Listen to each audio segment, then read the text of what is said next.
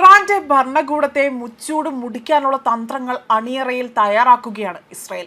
ആദ്യം ഇറാന്റെ പരമോന്നത നേതാവ് ആയിട്ടുള്ള അലി ഖൊമേനിയെ വധിക്കുകയും പിന്നാലെ തന്നെ പുതിയ നേതാവിനെ അവിടെ ലക്ഷ്യം വെച്ചെങ്കിൽ പോലും അദ്ദേഹം കഷ്ടിച്ച് രക്ഷപ്പെട്ടതായിട്ടുള്ള വിവരങ്ങൾ പുറത്തു വന്നിരുന്നു.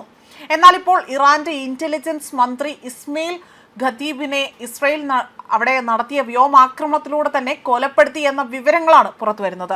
എന്നാൽ ഇറാന്റെ ഇറാൻ ഈ ഒരു വാർത്ത ഇതുവരെയും ഔദ്യോഗികമായി തന്നെ സ്ഥിരീകരിച്ചിട്ടില്ല എന്ന റിപ്പോർട്ടുകളും പുറത്തു വരുന്നുണ്ട്.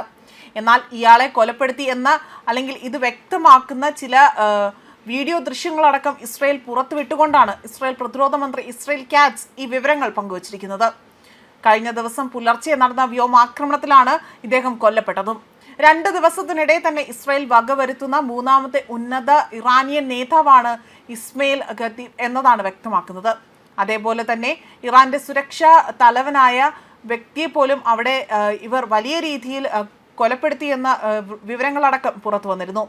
അതേപോലെ തന്നെ ഇറാനിയൻ നേതാക്കളെ ലക്ഷ്യമിട്ടുള്ള ആക്രമണങ്ങൾക്ക് ഇസ്രായേൽ സൈന്യത്തിന് പ്രധാനമന്ത്രി ബെഞ്ചമിൻ നെതന്യാഹു പൂർണ്ണ സ്വാതന്ത്ര്യമാണ് നൽകിയിരിക്കുന്നത് എന്നതാണ് വൃത്തങ്ങൾ നൽകുന്ന വിവരം.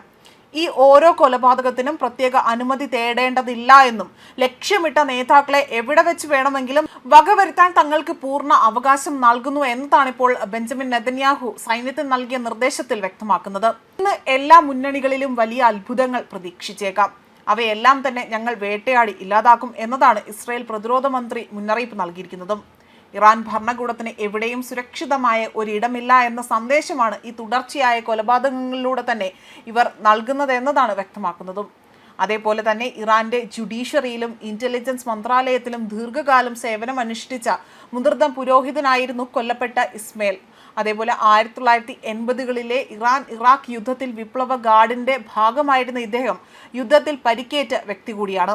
അതേസമയം ഇസ്രായേലിന്റെ ഈ നടപടിക്കെതിരെ തുർക്കിയാകട്ടെ കടുത്ത ഭാഷയിലാണ് വിമർശനം ഉന്നയിച്ച് രംഗത്ത് വന്നിരിക്കുന്നത്.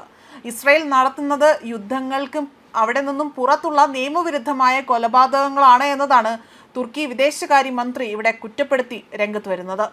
അതേപോലെ തന്നെ ഈ 2 വ്യക്തികൾക്ക് വേണ്ടി ഇറാൻ ആകട്ടെ ശവസംസ്കാര ചടങ്ങുകൾ അതിൽ ഒത്തുകൂടുകയും അവിടെ ചാരത്തലവനും കൊല്ലപ്പെട്ട ഇറാന്റെ പ്രതിരോധ നയതന്ത്രത്തെ വലിയ രീതിയിൽ ഇത് വലിയൊരു പ്രതിസന്ധി ഘട്ടത്തിലൂടെയാണ് ഇവർ കടന്നു പോകുന്നത് എന്നതാണ് വ്യക്തമാക്കിയിരിക്കുന്നത്.